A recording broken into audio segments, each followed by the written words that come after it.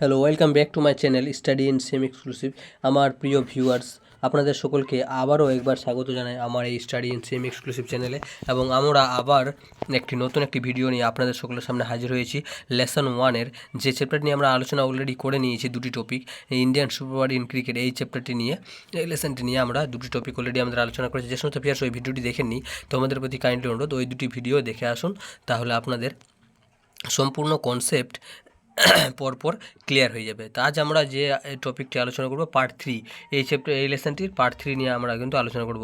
এটি হচ্ছে পঞ্চম শ্রেণী ক্লাস 5-এর ইংরেজি বিষয়ে ফুল কনসেপ্ট ক্লিয়ারের ভিডিও। তাহলে লেটস গেট স্টার্টেড, শুরু করা যাক। ফার্স্ট অফ অল, যে সমস্ত আমার প্রাণের প্রিয় ভিউয়ার্স রয়েছেন, তোমাদের প্রতি অনুরোধ, এখন পর্যন্ত যে সমস্ত ভিউয়ার্স নতুন বা এবং কি সাবস্ক্রাইব করেনি, তোমাদের প্রতি কাইন্ডলি অনুরোধ, please subscribe for this channel study in same exclusive. অতি দ্রুত সম্ভব আমার ইউটিউব চ্যানেলটি সাবস্ক্রাইব করে নিন, আপনাদের সকলেরই খুবই কাজের একটি ইউটিউব চ্যানেল হয়ে দাঁড়াবে। এবং প্রত্যেকটি ভিডিও যাতে খুব তাড়াতাড়ি আপনাদের কাছে পৌঁছে যায়, তাই জন্য সাবস্ক্রাইব করে রাখুন এবং হিট অ্যান্ড ব্ল্যাক আইকনে হিট করে রাখুন। তো লেটস গেট স্টার্টেড। আজকে যে আমরা টপিকটা আলোচনা করবো, শুরু করছি আজকে তাহলে। তো লেটস কন্টিনিউ, তাহলে শুরু করা যাক। The most memorable moment of the match came when Kapil Dev. তো কী বলছে, যখন কপিল দেব মাঠের মধ্যে আসে, এটি ছিল সবচেয়ে মুহূর্তময় এবং কি গুরুত্বপূর্ণ মুহূর্ত যখন কপিল দেব মাঠের মধ্যে আসে। দ্য ইন্ডিয়ান ক্যাপ্টেন, যেটি হচ্ছে কি, সে ভারতীয় দলের captain, run a distance of about 20 yard to take a catch which dismissed Vivian Richard. তো বলছে যে ভারতীয় দলের ক্যাপ্টেন কপিল দেব যখন 20 ইয়ার্ড মানে 20 গজের মতো সে কিন্তু দৌড়ে যখন গেছিলেন কেসটি ধরার জন্য, এবং কেসটি ধরে ভিভিন রিচার্ডকে ডিসমিস করেছিলেন, মানে আউট করে তাকে মাঠের বাইরে করেছিলেন। তারপর কি বলছে, the West Indies top scorer, তিনি কে ছিলেন, ওয়েস্ট ইন্ডিজ টিমের সবচেয়ে বিখ্যাত প্লেয়ার, যে সবচেয়ে বিশাল বড় স্কোর করে ফেলতে পারে, তাকে কিন্তু আউট করেছিলেন ভারতীয় দলের ক্যাপ্টেন কপিল দেব। নেক্সট তারপরে আছে, Amarnath played a vital role in India's win. Amarnath খুব সুন্দর ভূমিকা পালন করেছিলেন ভারতীয় দলকে জয় লাভ করার জন্য। হি টুক 3 wickets wheel giving away just 12 runs from his 7 of bowling.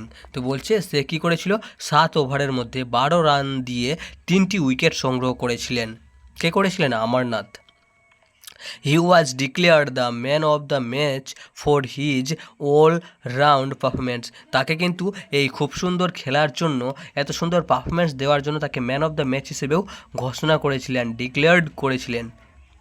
Next তারপর আছে, the Indian team had stunned the world by winning the world cup. আর ভারতীয় দল এই প্রথমবার বিশ্বকাপ জয়লাভ করে পুরো বিশ্বকে স্তম্ভিত করে ফেলেছিলেন। Cricket in India started gaining referred popularity since then. আর ঠিক সেই সময় থেকে ক্রিকেটের জগতে ভারতীয় দলকে সকলেই চিনতে এবং কি জানতে শুরু করে। Rahul finished the report and tried to imagine how excited his father. Rahul তার রিপোর্টটি বা সংবাদপত্রটি যখন তিনি পড়ে শেষ করলেন, তখন তিনি বুঝতে পারলেন যে তার বাবা কতটি উত্তেজিত ছিল। Then in class 7 must have been when Kapil lift the world cup for India for the first time.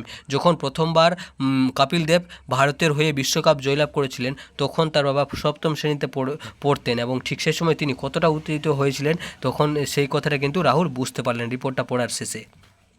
তো দ্যাটস ইট, এইটুকু পর্যন্ত ছিল আমাদের আজকের আলোচনা, এবং এই টপিকটা যে আমরা কভার করলাম পার্ট 3, এখান থেকে যে মোস্টলি কমন ফুল ওয়ার্ড যে রয়েছে সেটি নিয়ে এবার কিন্তু আলোচনা করব।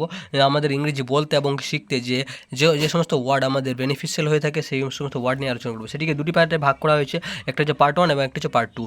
পার্ট 1 রয়েছে নাম্বার 1 মোমেন্ট মানে মুহূর্ত, ক্যাপ্টেন মানে প্রধান, ক্যাপ্টেন মানে প্রধান, ডিস্টেন্স মানে দূরত্ব, ভাইটাল মানে গুরুত্বপূর্ণ, ডিক্লেয়ার্ড মানে ঘোষণা করা। এবার পার্ট 2 এর মধ্যে রয়েছে 1 নম্বর পারফরম্যান্স মানে কর্মক্ষমতা, নাম্বার 2 রয়েছে পপুলারিটি মানে জনপ্রিয়তা। নাম্বার 3 রয়েছে ফিনিশড, ফিনিশড মানে শেষ করা।